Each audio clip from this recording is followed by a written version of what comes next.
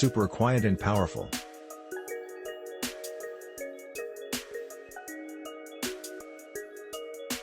It's a huge graphic card with very cool RGB lighting.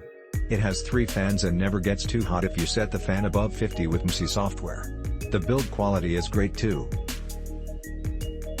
Overclockability is okay but enough. Could run 4K at 60 FPS at ultra or extreme setting for most games without high ray tracing. Overall, I would recommend getting this card over cheaper alternatives. It's great graphics card, good frames and quality settings, the first RTX for me after my 1080 stopped working or give the best results of his power.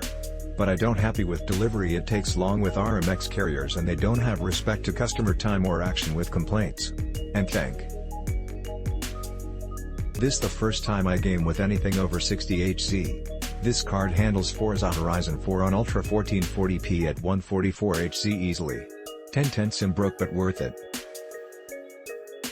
Updated a custom build with a new motherboard and graphics card. I was running an Intel i7 processor and AMD Fury X graphics card and ironically updated to an AMD Ryzen 9 processor and an Nvidia RTX 2080 Super graphics card. I will say that I had to think long and hard to pull the trigger on the Nvidia card because of the cost. Man, this card is expensive, but I figured this would be the last major computer build I will do, so decided to pay the extra cost. If not this card, I would have gone with the AMD 5700 at half the cost for about 75% of the performance, a much better value. However, I do not have buyer's remorse for this beast of a card. It rips through anything I can throw at it and benchmarks amazingly well. Even gotten back into some gaming and wow.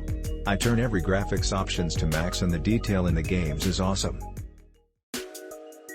You would think that when pushing the card the 3 fans, Tri-Frozr, would scream, but, on the contrary, you can barely hear them.